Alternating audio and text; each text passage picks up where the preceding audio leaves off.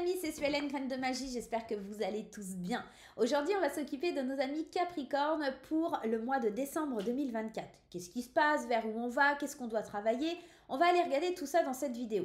Avant cela, laissez-moi me présenter. Moi, je suis Suelen, je suis médium, cartomancienne et voyante. J'ai mon cabinet à Saint-Jean-de-Maurienne dans les Landes et je fais des consultations privées au cabinet ou en visioconférence et également par téléphone. Voilà. Je suis également créatrice d'oracles et formatrice en cartomancie. Donc, si vous voulez plus de renseignements, acheter mes oracles, faire une formation ou prendre un rendez-vous avec moi, vous allez sous la vidéo, dans le descriptif et vous avez toutes les infos pour me contacter, pour me joindre, pour aller sur mon site, etc. Pour me suivre sur Instagram, pour voir toutes les derniers petits tips que je peux vous mettre, les petites vidéos rigolotes ou des choses comme ça. Vous allez sur Instagram ou sur Facebook, voire sur TikTok. Voilà, vous savez tout les Capricornes. Bon, néanmoins, on sait, on garde son bon discernement les Capricornes, on surinterprète pas le tirage, on garde son libre arbitre et tout devrait bien se passer. Les amis, on est parti. Qu'est-ce qui se passe en mois de décembre? Qu'est-ce qui se passe dans l'espace? On va regarder tout ça et on commence ce tirage avec l'oracle de Lulumineuse et de Margot Motin. Voilà, vous le connaissez, hein, j'utilise assez souvent, je l'aime beaucoup, je trouve qu'il est chouette, il est peps, il est dynamique. Ouais, j'aime beaucoup, j'aime beaucoup. Les amis, on n'hésite pas aussi parce que ça fait plaisir, ça encourage mon travail. Les petits pouces en l'air, les commentaires, les abonnements. Donc si t'es pas abonné, tu t'abonnes. Et tu mets des petits pouces en l'air. On met les pouces en l'air. Allez, c'est parti les Capricornes. Quelle est l'énergie principale de votre mois de décembre 2024? Peace and love. Et si tu commençais d'abord par amener la paix en toi, la paix se cultive de l'intérieur, comme ça tu l'emmènes partout. Comment y parvenir? En effectuant l'inverse de ce que tu fais, là et maintenant. On respire, on s'apaise tout doucement. Donc les Capricornes, il y a une énergie un peu dans cette fin d'année où on dit « Oh, hop, hop, hop, hop, hop, tu te calmes. » Tu ranges ta colère, tu ranges voilà, l'idée de vouloir frapper quelqu'un avec un bâton. Y a vraiment cette idée pour les Capricornes, cette fin d'année, on s'apaise, on s'adoucit, on rentre dans une paix intérieure. En tout cas, c'est ce qu'on te demande de faire, c'est un conseil, encore une fois. Tu feras ce que tu veux, tu as ton libre arbitre, on est d'accord sur le sujet. Mais c'est vraiment cette idée que tu devrais poser ta colère, laisser ta colère et avancer dans une énergie un peu plus calme, un peu plus sereine. D'accord? On va d'ailleurs aller voir un petit peu avec l'oracle de l'ego, justement ce que tu as besoin de travailler vis-à-vis de cet ego. À mon avis, ça va faire écho complètement. On sent le Capricorne peut-être un petit peu stressé, sur les nerfs pour ce mois de décembre, mais qui relâche un peu, quoi. Tu vois, il y a un peu comme ça. Qu'est-ce qu'il dit l'ego là sur le mois de décembre? Ok, tout. Il y a tout qui vient. On va prendre... Allez, je vais la piocher comme ça. Je vais prendre celle-ci. Codépendance. Vouloir être à tout prix présent de...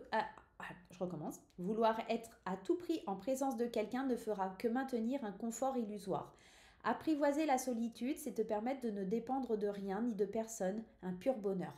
Moi, j'ai la sensation que c'est vachement en lien. En fait, c'est-à-dire qu'à un moment donné, peut-être que tu es en colère parce que tu comptes toujours sur les autres, parce qu'il y a une espèce de dépendance aux autres, tu as l'impression de ne pas y arriver seul, qu'on doit toujours t'aider. Et en fait, au mois de décembre, il y a une prise de conscience sur cette codépendance, il y a une prise de conscience sur l'idée que tu dois...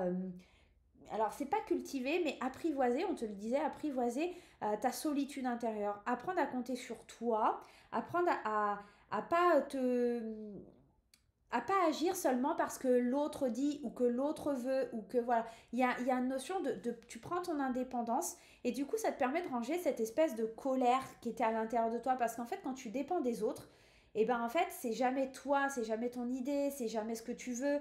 Et au final, ça engendre et ça crée un égrégore où en fait, t'es prisonnier, tu vois. Et en fait, c'est vraiment ce que je ressens, hein. Je vous livre, ok, il y a les messages des cartes, mais je vous donne aussi mon ressenti, ce qu'on m'envoie aussi par rapport à l'énergie de mon guide. Et c'est assez fort, cette énergie de prendre le pouvoir de sa liberté pour être plus apaisé, plus en paix, parce que pour le coup, tu seras avec des énergies qui te correspondent, avec des énergies que toi, tu as envie d'intégrer, de voir, et du coup, ça va t'apaiser. On sent que tu es plus relax, tu es plus relax. C'est exactement ça, quoi. Alors, tu sais ce qu'on va faire? On va prendre l'oracle des Médéors, vous le connaissez aussi très bien. C'est l'oracle de Stéphanie Abellan, voilà. Donc pour ceux qui veulent les références, vous avez vu, je vous montre les boîtes et tout ça, comme ça vous faites pause et vous prenez la référence, hein, d'accord? Allez, on va se prendre 3 cartes pour le domaine. Regarde, je vais te montrer. Déjà, on va se prendre la coupe, ok? Fin de cycle, les choix à faire. Alors, c'est plutôt intéressant parce que là, ça nous parle justement que tu dois mettre un terme à quelque chose. Et pour moi, ce terme et le fait de faire des choix, c'est d'arrêter de dépendre des autres, de compter toujours sur les autres et de te prendre en main, d'accord? Il faut que tu arrêtes la codépendance pour pouvoir retrouver le calme en toi. Je pense que c'est ça. C'est comme si tu arrivais à l'avènement d'un nouveau cycle. Et bon, il y a quelque chose qui prend fin, donc forcément, si ça prend fin, il y a quelque chose de nouveau. Mais c'est un choix que tu dois faire en conscience. Il y a vraiment quelque chose qui se termine. Là, on est sur le 18, on arrive au 9. Et là, on est sur le 27, on arrive au 9. Donc le 9, c'est vraiment cette énergie d'accomplissement, d'être à la fin de quelque chose pour passer un nouveau cap.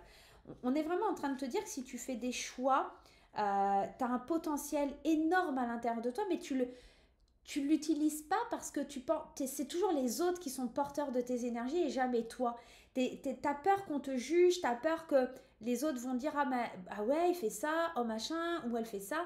Et en fait, arrête de te sentir jugé, arrête de vouloir que ce soit les autres qui décident à ta place. Tu as ta place, d'accord? Et tu vas voir que ça va t'apaiser en fait de prendre des décisions, de choisir pour toi, d'intégrer ce que tu ressens et ce que tu veux vivre. Et bien vraiment, ça va te soulager. Tu vas vraiment avoir une énergie de renouveau. Donc c'est plutôt chouette, c'est plutôt très chouette hein, même. Allez, on y va avec l'oracle des Médéors. Alors, ce qu'on va faire, j'ai envie de procéder par étapes. On va prendre 3 cartes, ici, qui vont parler du domaine professionnel.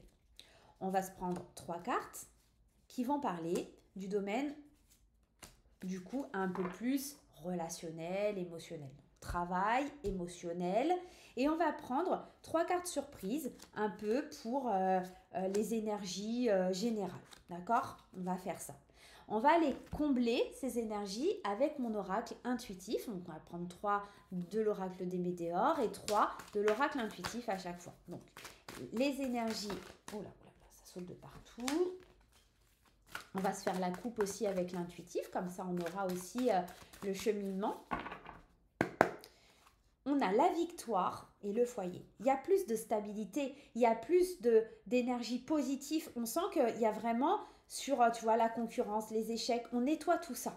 On nettoie toutes ces énergies un peu stagnantes, difficiles, on reprend du plaisir, on libère ses émotions et j'ai la sensation qu'on va vers plus de stabilité, il y a un renouveau, la carte du printemps, on ressent plus les choses avec la carte de l'amour, on se donne une opportunité de changer les choses et de s'accepter comme on est, de s'intégrer tout simplement. Il y a vraiment cette énergie intéressante pour les Capricornes. Hein.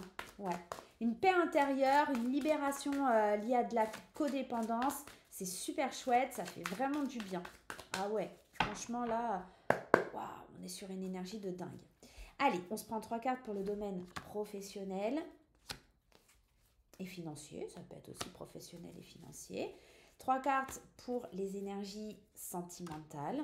Je mets l'intention sentimentale. Et 3 cartes sur un peu plus sur un plan général. Voilà, la surprise, qu'est-ce qu'on doit recevoir, qu'est-ce qu'on doit savoir là, sur ce mois. Je laisse les jeux de cartes à côté, comme ça on verra. Donc ici c'est le général, ici c'est le professionnel, ici c'est le relationnel. On va commencer un peu, et je trouve que c'est le plus intéressant, par le général, d'accord ? Ouais, on va faire ça. On commence par le général et un petit peu ce qu'on doit voir venir à nous, etc. sur ce mois de décembre. Allez, les 3 premières cartes, on a l'événement proche, le message à venir aujourd'hui et le ralentissement. Moi, j'ai l'impression que si tu attendais des nouvelles, si tu voulais mettre des choses en place, si y a des choses qui doivent se débloquer sur le mois de décembre, ça va venir, mais il va y avoir du ralentissement. Alors concrètement, les fêtes de fin d'année, on sait très bien que tout ce qui est administratif et tout ça, ça ralentit parce qu'il y a les vacances, parce qu'il y a plein de choses, d'accord ? Moi, je pense que il faudra que tu attendes le début de l'année prochaine pour que les choses se concrétisent, même s'il y a des nouvelles, même s'il y a des choses... C'est marrant parce que ça ressemble un peu aux énergies que j'ai fait hier par rapport à la journée d'aujourd'hui, de lundi. Il y a vraiment cette idée que les choses, elles sont bientôt là, elles arrivent, mais il faudra encore un peu de temps. D'accord? Peut-être parce que tu dois sortir du jugement des autres, que tu dois sortir d'une codépendance, tu vois, il y a quelque chose comme ça. Ça peut concerner un projet, ça peut concerner une relation, mais en tout cas, ça te concerne toi sur des objectifs, sur des choses que tu veux mettre en place, d'accord? Avenir, événement proche pour toi, mais il faut que tu te ressentes, que tu te reconnectes à ton énergie, d'accord? Message à venir aujourd'hui par rapport aux projets qui sont importants pour toi. Viser la lune, hein, on est vraiment dans viser la lune. Ça me fait pas peur. Tu vois, il y a un peu ce point levé vers l'avenir et te dire, ah ouais, non mais moi, je lâche pas mes projets, j'y vais, je fonce. Il y a un côté, pas Capricorne, hein, petite bête à cornes, on y va, on y croit. Il y a beaucoup de plaisir à tout ça. Mais effectivement, il faut que tu prennes le temps de concrétiser tes projets et de faire les choses dans le calme, dans la sérénité. C'est pas sans prendre conscience de ce que les autres peuvent te donner comme conseil, mais c'est surtout en t'écoutant toi intérieurement. D'accord? Il y a quelque chose comme ça. Et c'est plutôt beau comme message. On est sur quelque chose d'assez doux, d'assez mignon, quoi. C'est très beau. Professionnellement parlant, bah regarde, paix intérieure. Acceptation et lâcher prise. On est dans des énergies qui te poussent à être plus tranquille, à être plus serein, sereine, à être dans je lâche en fait. J'accepte les choses comme elles doivent venir.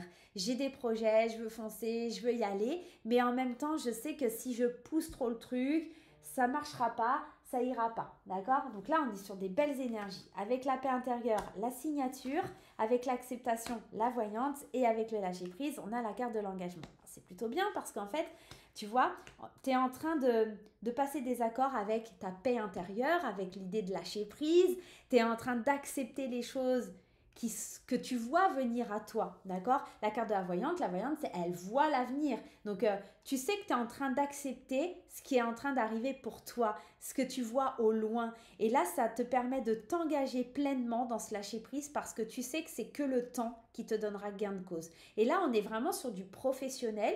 Donc, si tu as des contrats en CDI, en CDD, des projets d'ouvrir une entreprise, l'idée de changer de poste, de travail, de choses comme ça, pour le Capricorne, c'est jackpot, hein, c'est super bien là. Professionnellement parlant, c'est top.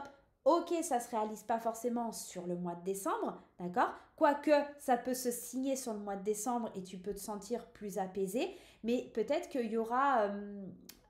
alors, ce projet-là, c'est peut-être autre chose que celui-là. Parce que sur le professionnel, on est quand même plus avisé à voir l'avenir, à être dans l'engagement et du coup lâcher un peu prise sur ce qui te bloquait, sur les énergies un peu comme ça.